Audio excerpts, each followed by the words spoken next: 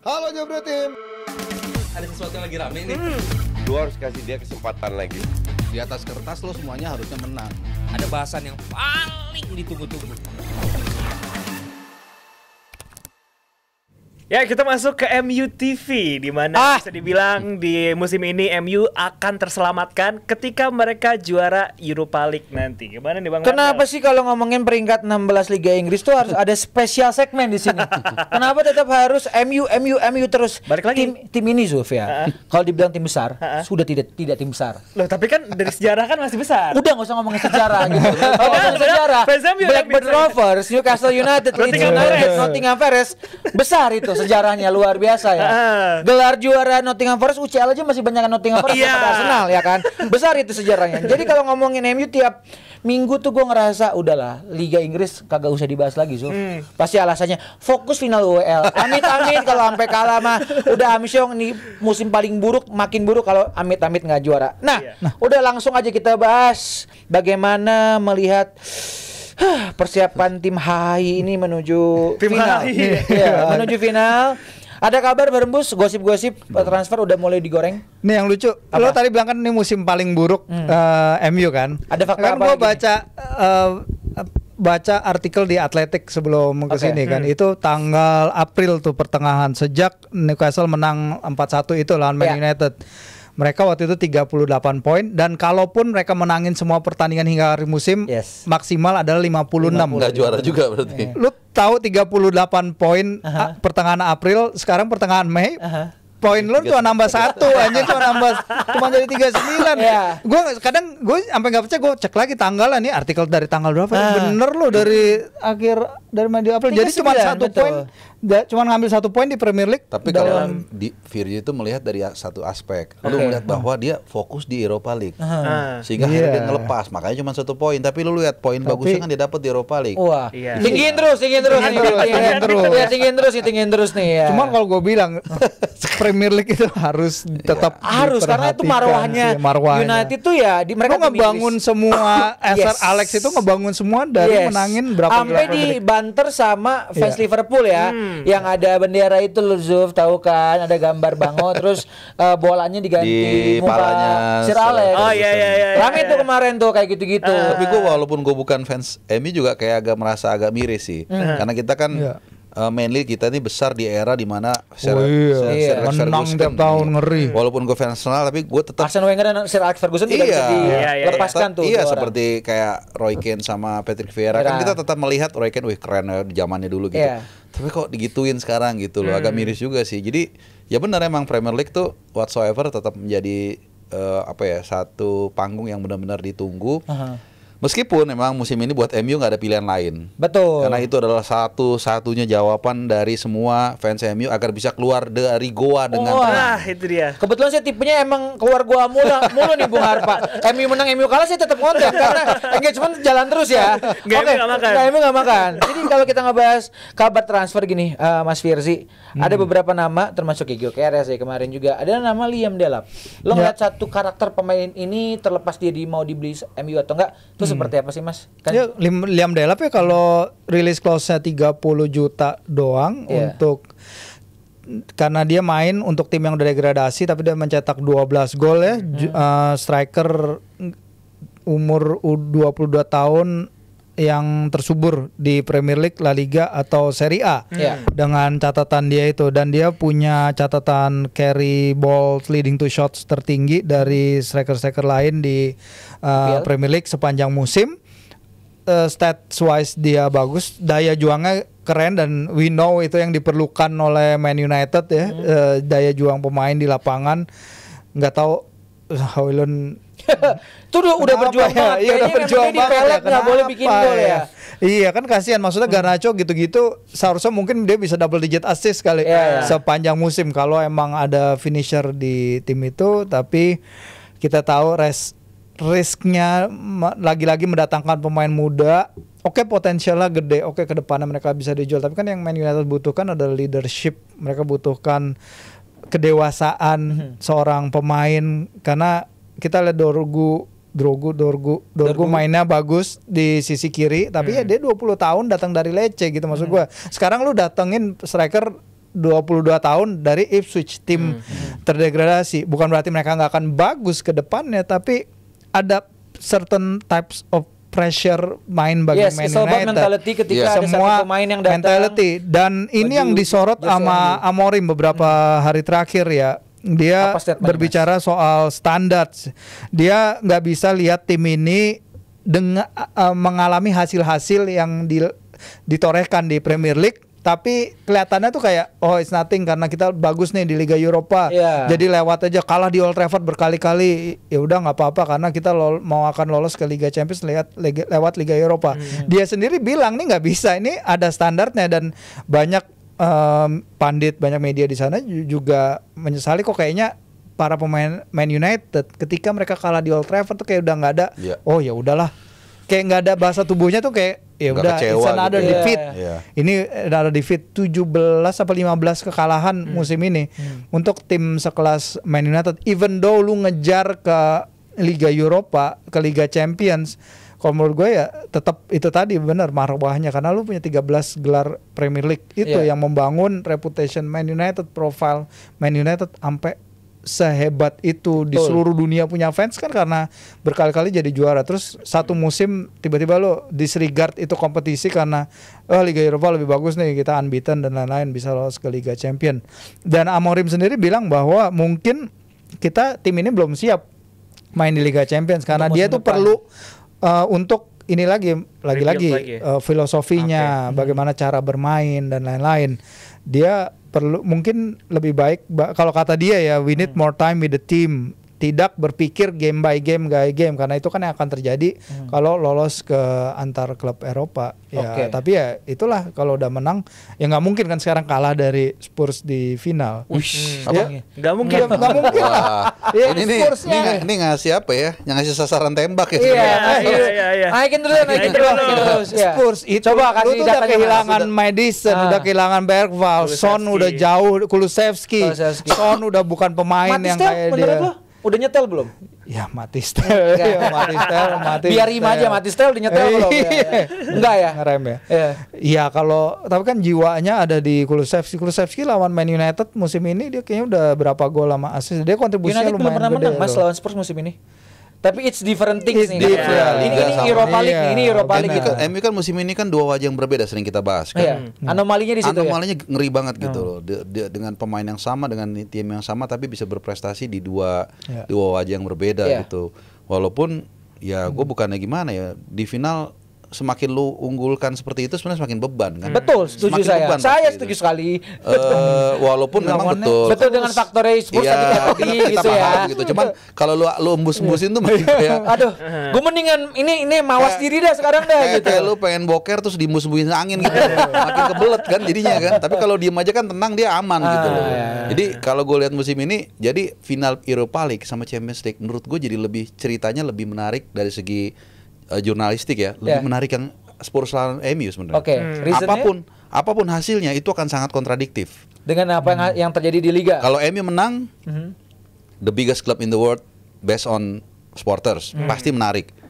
Kalah juga sama, bad news, good news juga. Kalau PSG sama Inter ya udahlah. Menang ini hebat, ini menang hebat gitu. Tapi kalau ini kan enggak, dua kontradiktif. Bayangkan kalau MU kalah kan gila banget itu. Menang kalah nggak kebayang sih. Ya makanya itu gue bilang secara jurnalistik sebenarnya lebih ditunggu-tunggu tuh partai Spurs lawan MU. Subuhnya nih, Bung Harpa nobar nih dini hari gua nonton MU Spurs. Sorenya terbang ke Manchester. Best skenario kalau MU juara. Itu perjalanan pasti bakal happy banget. Perfect. It's indah. Tapi kalau seandainya kalah, Allah. Langsung ada review warga kan? Iya, masuk lagi. Habis itu langsung lanjut ke Malaysia kayak ya Allah berat banget itu. Kalau Nanantar berat banget ya, jangan sampai dia kenapa-napa. Gue berharap lah MU menang lah. Itu bisa. Biar ada semangat juga. Dia pasti berharap lah, masa dia nggak berharap? Iya, cuma gua. Lo berharap. Sekalian biar nggak ada tim London Utara pertama yang juara Eropa. Jangan sampai itu dia ada kepentingan pribadi tuh. Politik kan nggak ada yang abadi kan. Seperti Jangan dipanjangin. Tapi kan biasa di akhir musim gini kan musuhnya sama fans Arsenal, fans MU. Kan Arsenal mending peringkat 2 tapi nggak juara atau peringkat bawah tapi yang lebih gitu yang perlu kita guyup berdua nih. Guyup. Untuk memastikan Spurs. Bahasanya guyup ya. Iya. Jadi ada kepentingan politik, jadi gue mau nggak mau dukung MU lah. Tapi Mas Firzi, kalau ngelihat tadi kan mau lihat beberapa pemain MU yang dipinjamkan ya oke lah ya. Bisa dikatakan bukan oke lah, oke banget. Oke lah, kalau oke banget tuh semuanya. Sancho kan nggak oke banget nih. Antony oke. Termasuk yang dibuang sama yang dipinjemin nggak? Apa? Yang dibuang juga kan? Kayak McTominay men, buset deh. De Gea. Itu kan dibuang. Elanga. Nah, itu ini kita kayak dipinjemin. Antony dipinjam. Ini yang bakal balik yang 1 mili keluar dari Old Trafford whatsoever kok tiba-tiba bisa begitu gitu. Sebenarnya kan kita nggak perlu profesor untuk melihat bahwa something wrong dengan klub ini. Ada toxic environment yang ngebuat United ya, pemain-pemain yang contohnya Antony lah paling jelas Mas. Rashford gue lupa nyebut tadi. Rashford juga nih secara statistiknya. Iya, kecuali Sancho lah yang nggak terlalu gimana. Katanya juga Chelsea siap membayar denda 5 juta untuk balikin ke MU ya. Bisa gitu ya. Bisa gitu ya. Saking enaknya sama pemain ini ya. Padahal di awal-awal tuh sempat ada. Awal-awal aja bikin gol apa asis gitu. Jadi hampir semua mungkin dalam 2-3 tahun terakhir hampir semua pemain MU yang keluar dari Old Trafford baik dipinjamkan maupun dilepas itu perform kecuali Sancho. Termasuk Greenwood kalau nggak salah, lumayan juga. Greenwood di Marseille itu maksud gua. Dia top skor kedua kalau nggak salah. Iya seperti itulah. Ya intinya lumayan lah gitu loh. Sementara semua yang masuk MU yang bakal balik nih kira-kira yang mentalnya kuat nih Mas Firzi siapa? Bukan hanya mental ya sebenarnya, karena kecocokan sama formasi lah. Kita tahu Antony main bagus karena Pellegrini di Betis cara mainnya seperti itu, dan dia udah berkali-kali dia bilang bahwa ini adalah keputusan terbaik dalam hidupnya untuk pergi ke Betis gitu. Dan di sana dia diterima luar biasa. Joaquin Sanchez, legenda klubnya, bilang nih kalau ini gua sendiri yang jemput dia dah, gua sediain mobil, gua jemput, pastiin dia untuk balik. Dan CEO klubnya udah bilang bahwa dia ingin segala cara, gimana caranya negosiasi sama MU supaya loan-nya dia akan berlanjut. Karena untuk beli outright kan dengan lu belinya aja berapa, 90 kan, gila mana bisa kalau sama Betis. Kelihatan lebih happy juga ya. Iya, biasanya tuh kalau ngelihat mantan udah sama pacar baru tuh gitu. Apalagi udah nyaman sama pacar barunya. Itu susah tuh. Sampai nangis lu sama pacar barunya kan, lolos ke bawa ke final dia sampai emosional. Yang pas habis ngalamin sampai emosional. Kalau bahas cinta tuh kayaknya Mas Firzi semangat juga ya. Mungkin kita ngobrol off-air aja ya. Bahas apa? Udah, lanjut lagi, jangan yang lain. Tapi gue penasaran kalau POV fans MU sendiri, lu Bang Mardel, lu prefer dari beberapa pemain yang dipinjamkan sama MU, siapa yang menurut lu pantas nih buat balik ke MU? Sebenarnya kalau dengar POV soal MU enak, gue nikmatin kalau dia ngomong dari hati. Dari hati. Kalau gue ngelihatnya gini sebenarnya. Kalau sekarang ngelihat Antony, Rashford juga nyaman, katanya juga mau ke Barcelona. Ya, exclude Sancho ya. Gue ngelihat adalah memang cinta tuh tidak harus memiliki. Gue tuh secinta itu sama Rashford. Sebenarnya cuman dia bad guy, dia juga OKB di sana. Gue dengar cerita banyak tentang dia, ternyata sesombong itu. Bung Harpa, jadi kayak ya udahlah, emang let him go lah. Dan kalau Antony juga kayaknya se-happy itu. Gue ada satu cuplikan video kemarin ngelihat Antony dikasih gantungan kunci Spider-Man. Ini dia videonya. Ada. Oh nggak ada. Abrar. Gue cek dulu Jadi ya memang mereka se-happy itu. Tapi gue tahu reason terbesarnya adalah memang United se-toxic itu juga. Jadi gue pas kemarin ke Manchester waktu yang MU lawan Arsenal, gue ketemu salah satu dedengkot supporter yang di sana yang inisiasi demo. Terus gue juga dengar ada satu omongan bahwa ada kemungkinan kalau misalnya Sir Jim Ratcliffe udah nggak kuat untuk bersihin tainya Glazers, Sir Jim Ratcliffe bisa ngelepas sahamnya dia. Untung nggak tuh kira-kira? Enggak. Gue berpikir konspiratif. Jangan-jangan emang taktik dia aja untuk short selling. Iya. Kayak kalau di saham lu beli naik 3% lu jual. Dari uang kopi gitu. Bisa gitu. Mungkin bisa begitu juga Om. Cuman gue ngeliatnya kalau dari ada statement itu yang gue dengar, berarti ini emang si toksiknya ini adalah si Glazers. Jadi mereka itu ya mentingnya duit. Sekarang aja untuk kursi season ticket holder itu bisa dilepas untuk orang yang penonton yang pengen beli hospitality. Hospitality itu Glazer apa ini Os? Glazers. Itu Glazer. Glazer, tapi yang jadi Bisnis. nyampenya tuh si Ineos. Jadi untuk katanya oke dilepas. Sampai gue lupa di momen dimana ada satu match itu banyak penonton yang emang season ticket holder tuh sampai demo bener-bener di depannya board gitu, di board manajernya mereka.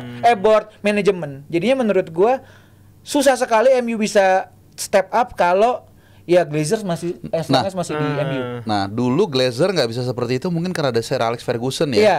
Karena tetap dia guard-nya. Lu diem aja, pokoknya cash flow lu aman, lu diem aja. Ya dia nggak bisa ngapa-ngapain mungkin ya kan. Konspiratifnya jadi karena itu bisa nyambung juga Om, karena akhirnya si Sir Alex Ferguson tanda kutip udah nggak digaji lagi nih sekarang sama MU. Nggak jadi BA. Nggak jadi BA lah kasarnya. Jadi datang aja tanpa ada tunjangan. Itu kan jadinya membuat ya ini klub emang lagi pilotnya parah banget. Jadi emang masalahnya di klubnya ya. Jadi mantan-mantan yang udah biar mereka happy Pemain dengan Tapi lu percaya kayak katanya si Ineos bahwa kalau nggak pakai langkah-langkah itu MU bangkrut pas akhir tahun. Kalau bangun enggak lah. Nggak akan sebangkrut itu, Mas. Nggak mungkin gitu. Cuman makanya waktu itu sempat yang waktu awal-awal narasi MU di musim ini degradasi, gue malah mengamini sebenarnya. Karena di situ ada tamparan keras untuk Glazers. Kalau sampai benar-benar degradasi, ya pasti sponsor hilang. Minat fans juga hilang, degradasi. Hak siar hilang. Bisa ketemu oleh Romney ya, Betul, Marcelino. Kesempatan besar itu untuk MU bertemu dengan Ole Romani dan juga Marcelino. Marcelino mau pindah tapi katanya. Benar enggak? Nah, itu di segmen berikutnya aja. Kita akan bahas lagi soalnya yang itu. Ada yang santer 2 nama inisial SP itu juga katanya mau ke Liga Indonesia. Oke. Wah, itu pasti saya menunggu info A1 nih Mas Firzi. Tapi kan ganti baju dulu. Bukan U2, Bukan A1 ya. A1. Tapi selain fokus sama final nanti ya, itu juga nanti di Premier League bakal ketemu Chelsea di weekend nanti. Udah lepas aja udah. Anthony tuh bisa dapat 2 gelar ya. Iya, kayak Calabria itu. MU juara, Betis juara ya. Ya, itu katanya salah satu achievement buat Goat gitu ya. Makin mahal sih fix ya. Dan kalau dari kita ngelihat tadi Mas Firzi juga udah update ya, kalau Spurs itu banyak yang cedera. Tapi lu kalau secara objektif nih Mas, as a pandit, ngelihat chance Spurs untuk menang lawan United di UEL? Ya ini balik lagi ke perkataannya si Postecoglou bahwa dia selalu menangin trofi di tahun keduanya ya. Dan ya kalau kita lihat dia lawan Bodo Glimt jalurnya emang juga lebih, walaupun pertandingan leg kedua nggak mudah ya karena dia masuk main di Norway itu kan dingin banget. Tapi terlalu, maksudnya dengan kehilangan Madison, dengan kehilangannya tadi udah kita bahas ya 3 pemain penting itu, dan pemain-pemain mereka terlihat letih juga karena Ange kan begitu pemainnya sembuh balik lagi, pemain sembuh balik lagi. Lawan Palace juga mereka nggak gigit sama sekali. Konspirasi kemarin sama-sama kalah 0-2. Iya, sama-sama bawah lagi. Di kandang lagi. 0-2 kalahnya. Di kandang lagi. Aneh terus Mas ya. Iya, kalau gue bilang kalau beneran sih MU harus menang sih pertandingan nanti. Kalau enggak, ini pernyataan objektif versi Idris as a pandit ya, bukan sebagai fans Newcastle. Kalau enggak ya udah nggak tahu lah. Udah nggak tahu. Udah nggak tahu. Gua aja nggak rela rasanya. Iya, lu juga nggak rela kan? Cuman ya kalau nilai simpel lah, udah pasti MU diunggulkan. Iya. Tapi ya itu dia, kalau di final kayak tahun lalu kan Leverkusen ya di Liga, Atalanta ya. Atalanta sama Leverkusen nggak terkalahkan di Liga bla bla bla juara. Tiba-tiba 3-0 out of the blue, benar-benar nggak ada gitu. Nah faktor-faktor ini kan yang mesti kita lihat juga nih. Kadang-kadang kita nggak pernah tahu juga itu tiba-tiba mungkin Spurs main gila, main ofensif, akhirnya United kewalahan. Tapi kalau gue lihat sih selayaknya dan sepatutnya United memang diunggulkan dan seharusnya mereka bisa menang lah. Oke, itu dari Bung Harap Pak, objektif as a pandit ya, bukan sebagai pendukung tim London ya. Jadinya kalau buat fans MU yang lagi nonton sekarang, gue tahu nih karena kalau di Jebret Media kayaknya coba deh absen. Lebih banyak yang nggak suka MU apa suka MU, silakan taruh di kolom komentar. Banyak yang suka ngata-ngatain ya. Oh, ini Abrar bilang ini Pak MU. Pak MU. Pak Bapak maksudnya. Coba kalau misalnya gue pengen tanya nih buat lo yang nggak suka atau suka sama MU, kalau misalnya Amorim sampai nggak dapat gelar apa-apa amit-amit musim ini, pertahankan lagi musim depan atau tidak? Silakan kasih tahu dan juga kasih alasannya kenapa di kolom komentar. Wah, coba tuh diisi di kolom komentar. Apakah Amorim in atau Amorim out? Karena kita akan kembali lagi ngomongin soal ini yang ditunggu-tunggu juga nih. Satu dari tim nasional Indonesia saat lagi tetap di Dewan Pandit Indonesia. Halo Jobro Tim. Ada sesuatu yang lagi rame nih. Lu harus kasih dia kesempatan lagi. Di atas kertas lo semuanya harusnya menang. Ada bahasan yang paling ditunggu-tunggu.